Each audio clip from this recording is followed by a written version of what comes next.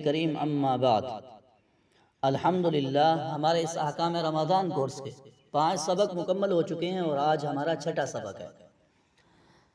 پچھلے سبق کے اندر ہم نے روزے کے مستحبات، مکروہات اور مفسدات پڑھے تھے۔ مفسدات 2 قسم کے تھے، یعنی ایک وہ چیزیں جو روزے کو توڑتی ہیں اور روزے کے توڑنے کی وجہ سے روزے کی صرف قضا لازم آتی ہے، یعنی ایک روزے کے بدلے میں ایک روزہ لازم آتا تھا، اور دوسرے وہ مفسدات تھے جن کی وجہ سے قضا اور کفارہ دونوں لازم آتے تھے۔ قضا مطلب روزے کے بدلے میں ایک روزہ بھی، اور دوسرا کفارہ بھی لازم آتا تھا، اور وہ کفارہ کیا ہے آج ہم اس متعلق گفتگو کریں گے۔ روزے کے کفارے کے متعلق، روزے کی کون سے روزوں کی قضا لازم آتی ہے، اور دیگر چند اہم مسائل بھی ہم پڑھیں گے۔ سب سے پہلے کفارہ صوم کیا ہے، روزے کا کفارہ کیا ہے؟ نمبر 1 غلام آزاد کرنا۔ لیکن چونکہ اب فی زماننا ہمارے زمانے میں غلام آزاد کرنے والی صورت نہیں پائی جاتی، تو اس لیے اب کفارہ صوم کی دوسری صورت ہوگی، اب وہ ہے 60 دن مسلسل روزے رکھنا کہ درمیان میں کوئی بھی روزہ نہ رہ جائے، نہ چھوڑا ہو۔ اگر روزہ درمیان میں چھوٹ گیا تو اثر نئی ترتیب پر دوبارہ سے 60 روزے رکھنے لازم ہوں گے، اور اگر کوئی آدمی اس پر قدرت نہ رکھتا ہو تو پھر ہے 60 مسکینوں کو کھانا کھلانا۔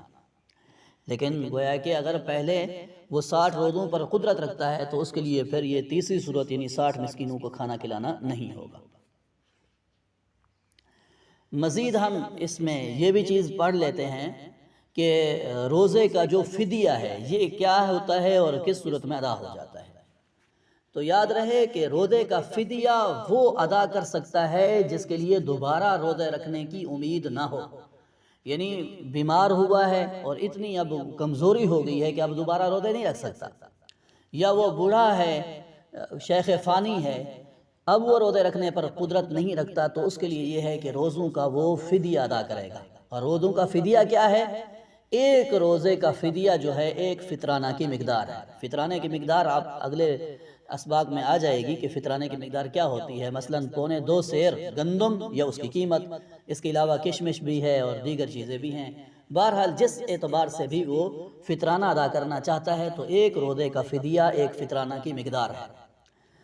مثال کے طور پر 150 طے ہوا ہے کہ اس سال جو فطرانہ بن رہا ہے وہ 150 ہے، تو 150 ضرب 30 روزوں کا اگر کفارہ ادا کرنا ہے تو اس کو 30 کے ساتھ ضرب دے کر جتنا پیسے بنتے ہوں وہ فطرانے کے طور پر ادا کر دے، اور فدیے کے طور پر ادا کر دے گا۔ اب یہ فدیہ دینا کسے جائز ہے؟ تو فدیہ اسے دینا جائز ہے جسے زکوٰۃ دینا جائز ہے، جسے زکوٰۃ دینا جائز نہیں ہے اسے فدیہ بھی ادا نہیں کر سکتا۔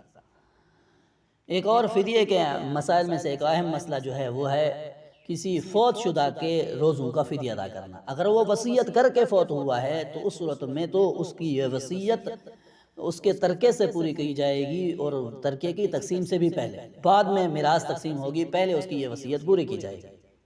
اور اگر وہ وصیت کر کے نہیں گیا، آدمی خود اس کے ورثہ ادا کرنا چاہتے ہیں تو یہ ان کے اوپر یہ لازم نہیں ہے۔ ہاں اگر تمام عاقل بالغ ہیں اور اپنی خوشی سے ہی اس کا روزوں کا کفارہ ادا کرنا چاہتے ہیں تو کر سکتے ہیں۔ اب آگے ہے کہ کون سے روزوں کی قضا لازم ہوتی ہے۔ نمبر 1 رمضان المبارک کا روزہ چھوڑا ہو یا ٹوٹ گیا ہو یا توڑ دیا ہو، اس صورت میں قضا تو لازم آئے گی۔ کفارہ کن صورتوں میں لازم آئے گا وہ پہلے بات ہو چکی ہے، لیکن یہ ہے کہ ان صورتوں میں اب ہم یہ پڑھ رہے ہیں کہ کن صورتوں میں قضا لازم آتی ہے۔ نمبر 2 نظر معین کا روزہ جو اس نے چھوڑ دیا۔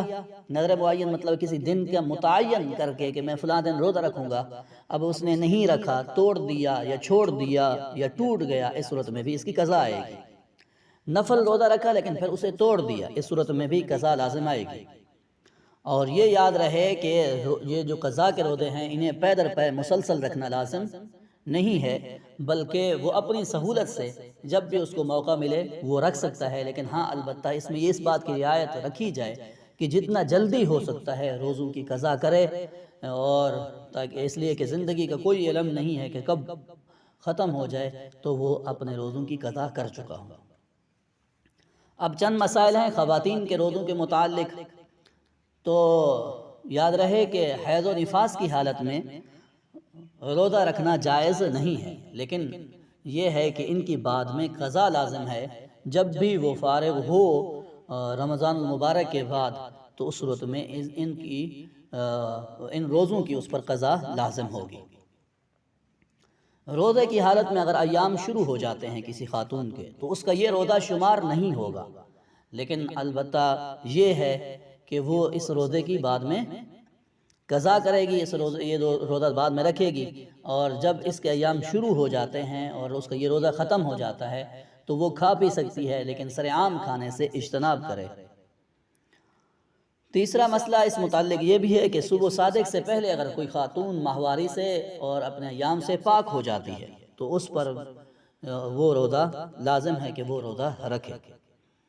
کوئی خاتون جو ہے وہ اس ماہواری ایام کے رکنے کی دوائی استعمال کرتی ہے اور اس کے ایام رک جاتے ہیں تو اب اس صورت میں بھی اس پر لازم ہے کہ وہ روزے رکھے گی رمضان المبارک کے۔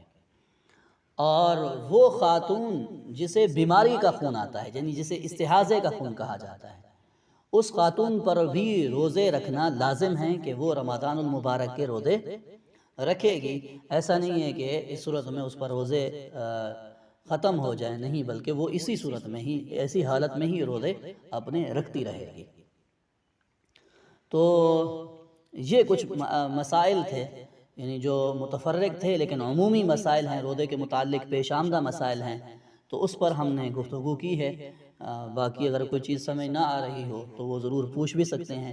اللہ رب العزت ہمیں صحیح سمجھنے کی اور پھر اس کے مطابق اپنی زندگی گزارنے کی توفیق نصیب فرمائے۔ وما علینا الا